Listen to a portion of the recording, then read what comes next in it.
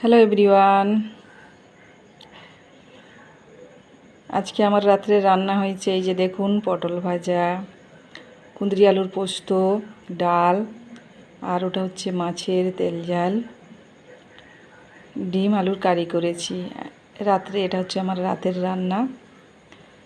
দুপুরে তো আমরা কলা পাতায় খাবো অনেক দিন ধরে খাবো বলে দুপুরবেলা আমরা করে খেয়েছি।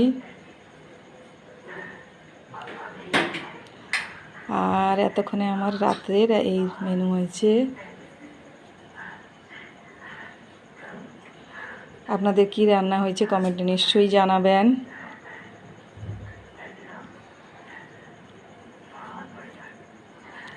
ধন্যবাদ, শুভরাত্রি, গুড নাইট, বাই।